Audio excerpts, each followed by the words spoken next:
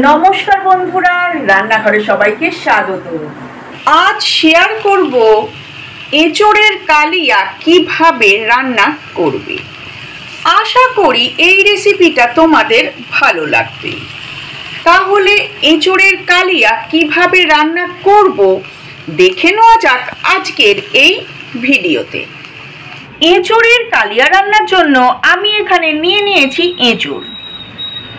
এঁচোড়টাকে বাজার থেকে কেটেই আনা হয়েছে।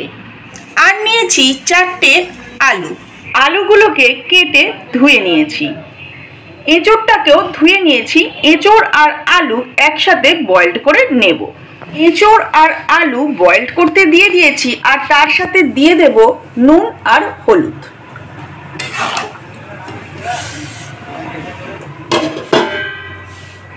মশলার জন্য নিয়ে নিয়েছি পোস্ত আর বাদাম। পোস্ত আর বাদামটাকে ডাস্ট করে নেব। পোস্ত আর বাদাম ডাস্ট করা হয়ে গেছে। আর নিয়েছি 5টা পেঁয়াজ, 2টো টমেটো, আদা আর রসুন। আদা রসুনটাকেও কেটে ধুয়ে নিয়েছি। মিক্সির জারেতে দিয়ে দিলাম, পেস্ট করে নেব। ডাস্ট করে রাখা পোস্ত আর বাদামটার সাথে একসাথেই আদা রসুনটাকেও পেস্ট করে নিয়েছি। এঁচোড় আর আলু সিদ্ধ হয়ে গেছে।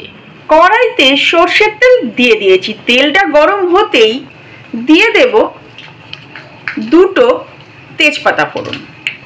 পেঁয়াজটাকেও কেটে ধুয়ে রেখেছি। এখন পেঁয়াজগুলোকে দিয়ে গ্যাসটাকে লো ফ্লেমে রেখে পেঁয়াজটাকে লাল করে ভেজে নেব। টমেটোটাকেও কেটে ধুয়ে নিয়েছি। পেঁয়াজটা লাল করে ভাজা হতেই এখন দিয়ে দেব টমেটোগুলোকে। টমেটোটা ভাজা হয়ে গেছে। এখন আদা রসুন, পোস্ত আর বাদাম বাটার পেস্টটাও দিয়ে দেব।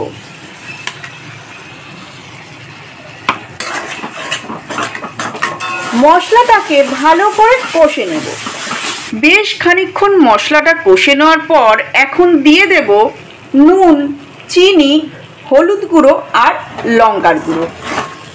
আবার মশলাটা দিয়ে ভালো করে কষে নেব। মশলাটা কষা হয়ে গেছে। এখন আলু আর এঁচোড়টাকেও দিয়ে দেব। সিদ্ধ করা আলু আর এঁচোড়টা দিয়ে ভালো করে কষতে থাকবো। এঁচোড়টাকে মশলাটার সাথে বেশ অনেকক্ষণ ধরে কষতে থাকবো। তোমরা তোমাদের স্বাদ মতো মশলাপাতি ব্যবহার করবে। এঁচোড় আর আলুটা কষা হয়ে গেছে। এখন অল্প পরিমাণ জল অ্যাড করব। জলটা অ্যাড করার মিনিট 5 পর জলটা শুকিয়ে আসতেই গ্যাসটাকে অফ করে দিয়েছি। আর আজকের মতো এঁচোড়ের কালিয়া রান্নাটা সম্পূর্ণভাবে রেডি হয়ে গেছে। এই রকম এঁচোড়ের কালিয়া ভাত, রুটি বা পরোটার সাথে দুর্দান্ত লাগে। আশা করি এই রেসিপিটা তোমাদের ভালো লাগলো। তাহলে আজকের মতো এই পর্যন্ত। আসি বন্ধুরা, আবার আসবো নতুন কোনো রান্নার রেসিপি নিয়ে।